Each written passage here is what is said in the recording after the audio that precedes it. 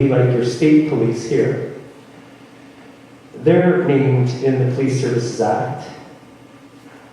And they provide police services in respects of the parts of Ontario that did not have a municipal police force.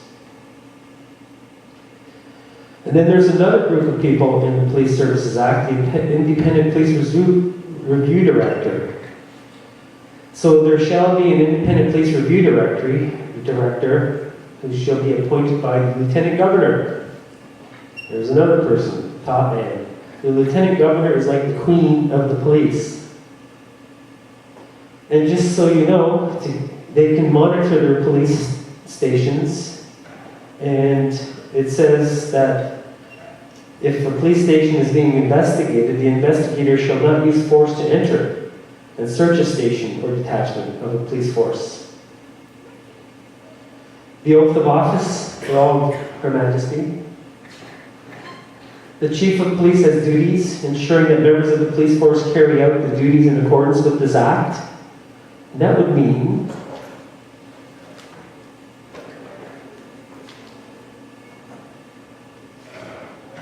the importance of safeguarding the fundamental rights guaranteed in the Canadian Charter of Rights, which is protection of person. So the chief's duty is that too. He's not doing it. I've gone to the chief of police.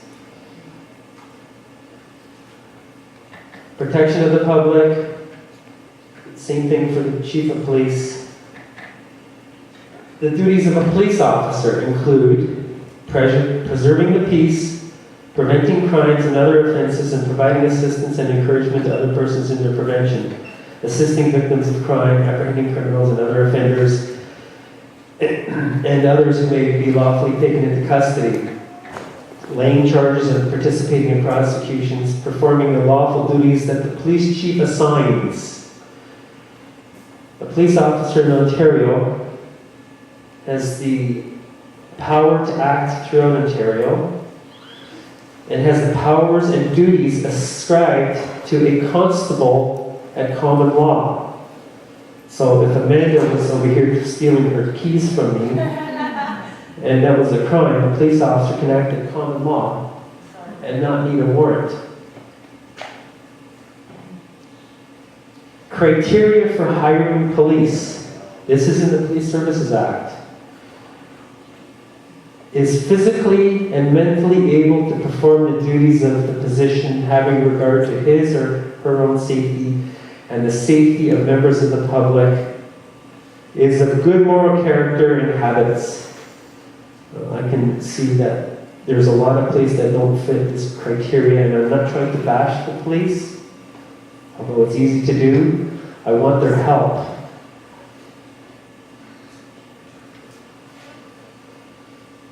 So if, say, Virginia Beach Police had a problem, and say we were in Canada, and they called in the military, well, Virginia Beach Police would then pay the portion of the military that came here. So I'm just going to read the emergency part. And maybe this might seed some thoughts and actions. So I'm sure that the laws that I'm reading about here in Canada and Ontario are very similar to your laws and the laws everywhere else, because it's all based on preservation of life and property. In an emergency, the Solicitor General, so that's a person who we can have criminally charged also for failing, may make an agreement with the Crown in right of Canada or another province with any of its agencies of the province for police services. Expense of calling out Canadian forces. If the services of the Canadian forces are provided under this section, the municipality in those territories the services are required shall pay all the related expenses. Now, I've talked to police officers who said that dealing with an airport would cost way too much. And he's probably meaning that the military would have to be called in and they just wouldn't have it as a budget. So I'm going to ask and suggest that everybody get their municipality to call the military in so everybody can share the expense of paying for the military to do it, rather than one city alone taking the whole thing. Section 81 of the Police Services Act. No person shall induce or attempt to induce a member of the police force to withhold his or her services. Or B, induce or attempt to induce a police officer to commit misconduct.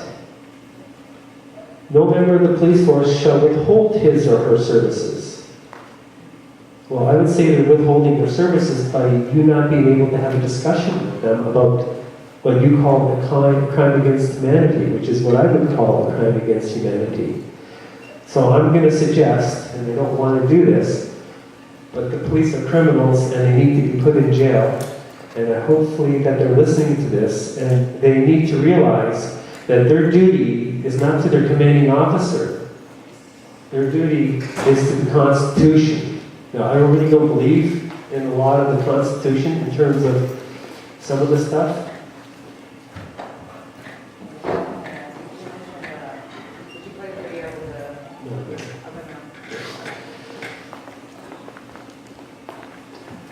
Oaths of office. I do swear that I will be faithful and bear true allegiance to Her Majesty Queen Elizabeth II, Queen of Canada, her heirs and successors, so help me God. Now you want to talk about a family that's got it made for life? Here's something else about Her Majesty too, the importation to Canada. This is the Customs Act. Subject to sections 2 and 3, any duties, fee, charge, or other amount owing payable under this act is a debt due to Her Majesty of Canada. So that means if I'm crossing the border and I have to pay a duty, well, the duty becomes a debt due even though I never created a debt. It just is declared a debt. And that's the way they can collect by taking your car or house. The same goes with the excise tax. So in talking about misleading people, I'm going to read portions of the excise tax. And I'm just going to take words. For the purposes of this part, a person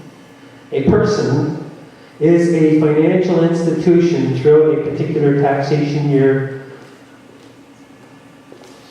of the person, if the person is a bank, if the person is a corporation, if the person is a credit union, if the person is an insurer, if the person is the Canada Deposit Insurance Corporation, if the person is an investment plan, if the person is a corporation. So person, I'm really careful with that word person. It does not mean man or woman. Don't be fooled. The Interpretation Act, which is Her Majesty's way of trying to interpret everything. The law shall be considered as always speaking, and where a matter or thing is expressed in the present tense, it shall be applied to the circumstance as they are, so that the effect may be given to the enactment according to its true spirit, intent, and meaning. So, the Bill of Rights, Constitution, it's all there. We have it. You want to talk about ensuring the powers that be, to stay the powers that be, the Canadian Bank of Canada, the capital shares shall be divided into 100,000 shares of par value $50, which shall be issued to the minister to be held by the minister on behalf of Her Majesty.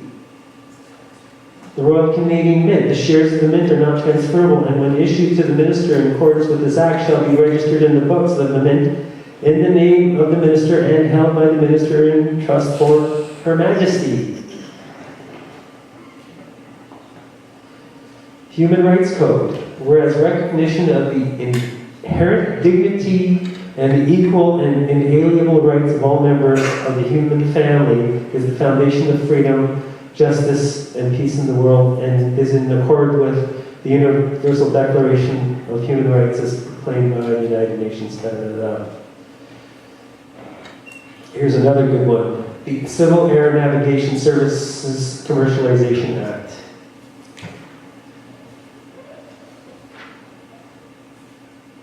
This act applies in respect of every aircraft in Canadian airspace or any other airspace in respect of which Canada has responsibility for the provision of air traffic control services. This act is binding on Her Majesty and right of Canada. So guess who knows what every plane is?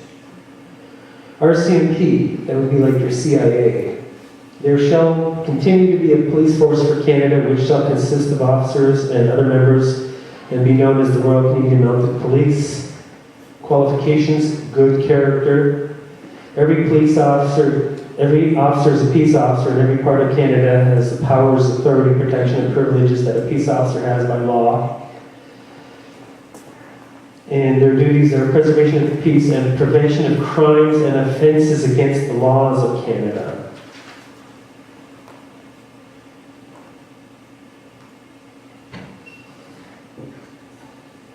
Okay, so I've done that part. I want to show you some pictures and then I'll try to wrap it up right after that. Yeah. Did you show the other video? No. We'll show it again. He told me to yell out to him while he's speaking if he missed. Okay, so.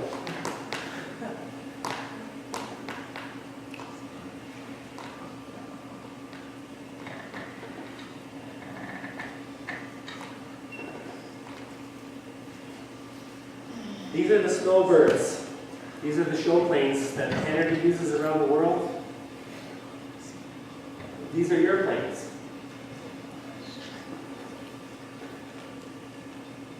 Let's take a close look.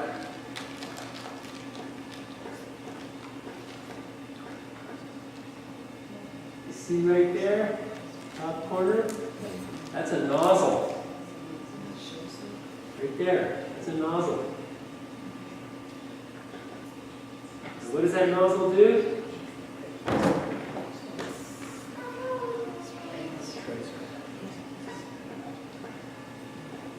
It sprays.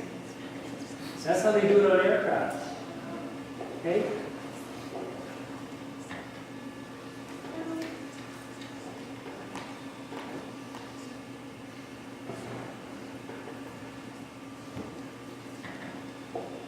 Brothers and sisters or cousins in the show, the nozzles are doing it.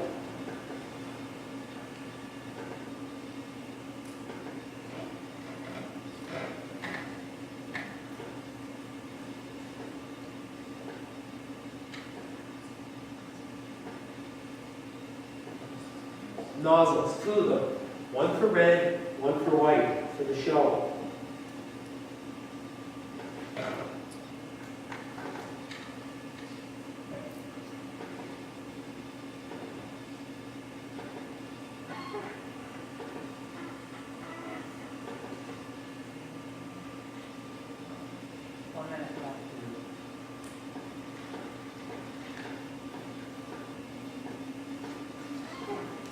Nozzles, you see them?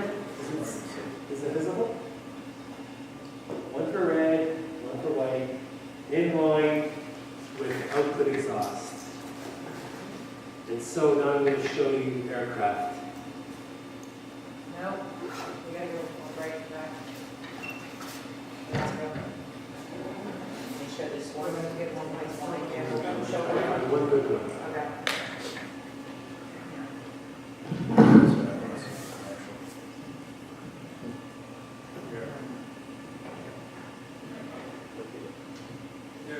That is on every plane. The wing has an engine. It's held by a strut, very short. The engine's here. The nozzles in line with its output. So I could be more on how they hit them in the aircraft. Yeah, okay. We want to Okay. All right, guys, that was Jack Barron, and as you can see, his information is extremely detailed. Now you see why I stole all of it and put it on my Facebook page. All right, guys, so we're going to take a little hour break. We're right there in the meeting room next door.